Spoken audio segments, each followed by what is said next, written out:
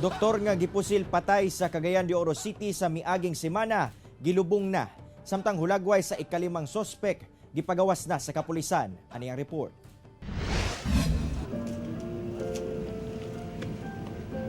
Mibaha ang kasubo ug kasakit sa kabanay ni Dr. Raul Winston Andutan, ang medical director sa pribadong ospital sa Cagayan de Oro City.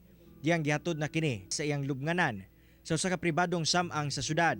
Mibaha ang suporta ug paghigugma ngadto kaniya gikan sa iyahang mga higala, banay ug kauban sa trabaho.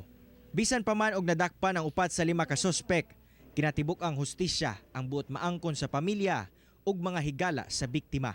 He's very passionate about life.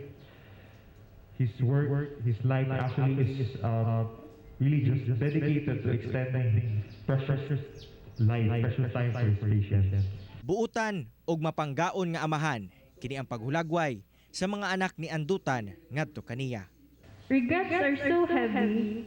I don't want to carry all of that. I just want to focus on the pain on my dad.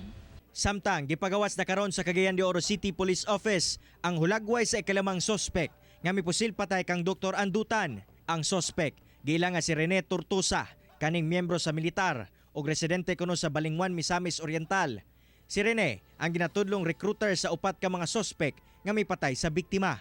Masin sulod nga mga takna ma-corner na kadtong mao nga personalidad. Samtang ang upat ka mga sospek nga nadakpan sa hot pursuit operation ang napasakahan na og kasong murder ug paglapas sa RA 10591. Samtang ang usa sa mga sospek nga nagpaila kaniadto nga si Marjon Cabug, nasayran nga Jojo Chavez diay ang tinuod nga pangalan ug adunay standing warrant sa kasong murder sa Valencia City. Ang atong Cagayan de Oro City Police Office nag-file ng criminal complaint dito sa buhatan sa piskalya. So ang murder natugpad diri sa City Prosecutor's Office. Ako si Cyril Chavez para sa One Mindanao